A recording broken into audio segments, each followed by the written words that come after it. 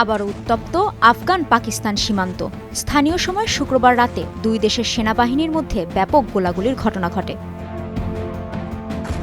আফগান তালেবানের মুখপাত্র জাবিউল্লাহ মুজাহিদ বলেছেন, পাকিস্তানি বাহিনী প্রথম কান্দাহার প্রদেশের বোলডাক জেলায় হামলা চালায়। তবে পাকিস্তানের প্রধানমন্ত্রীর কার্যালয় প্রতিবেশী দেশের দিকেই অভিযোগের আঙ্গুল তুলে বলেছে, চমন সীমান্তে আফগান বাহিনী বিনা উস্কানিতে গোলাগুলি শুরু করে। নিজেদের ভূখণ্ডগত অখণ্ডতা ও নাগরিকদের সুরক্ষা নিশ্চিতে পাকিস্তান পুরোপুরি সজাগ ও অঙ্গীকারাবদ্ধ রয়েছে বলেও বিবৃতিতে উল্লেখ করা হয়।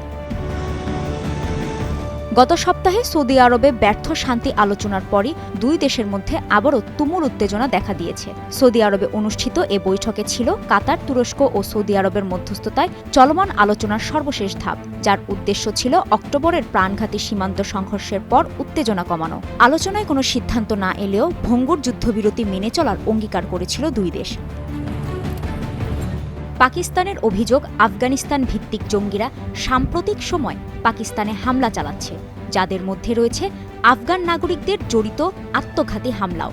তবে অভিযোগ অস্বীকার করে তালেবান বলছে, পাকিস্তানের অভ্যন্তরীণ নিরাপত্তা পরিস্থিতির জন্য কোনোভাবেই আফগানিস্তান দায়ী নয়। দুই পক্ষের এ বিরোধের কেন্দ্রে রয়েছে সন্ত্রাসবাদ। ইসলামাবাদ বলছে, আফগান ভিত্তিক জঙ্গিরা সম্প্রতি পাকিস্তানে আত্মঘাতী সহ একাধিক হামলা চালিয়েছে, যেসব হামলায় আফগান নাগরিকরা জড়িত ছিল। যদিও বরাবরই অভিযোগ অস্বীকার করে আসছে কাবুল। দেশটির দাবি, পাকিস্তানের অভ্যন্তরীণ নিরাপত্তার দায়িত্ব নিতে পারবে না আফগানিস্তান। গত অক্টোবরের সংঘর্ষে দুই পক্ষের সংঘাতে প্রাণ হারান বেশ কয়েকজন। 2021 সালে আফগানিস্তানে তালেবান ক্ষমতা গ্রহণের পর দুই দেশের মধ্যেই সেটি ছিল সবচেয়ে রক্তক্ষয়ী সংঘাত। কাজী শাহরিন, স্টার নিউজ।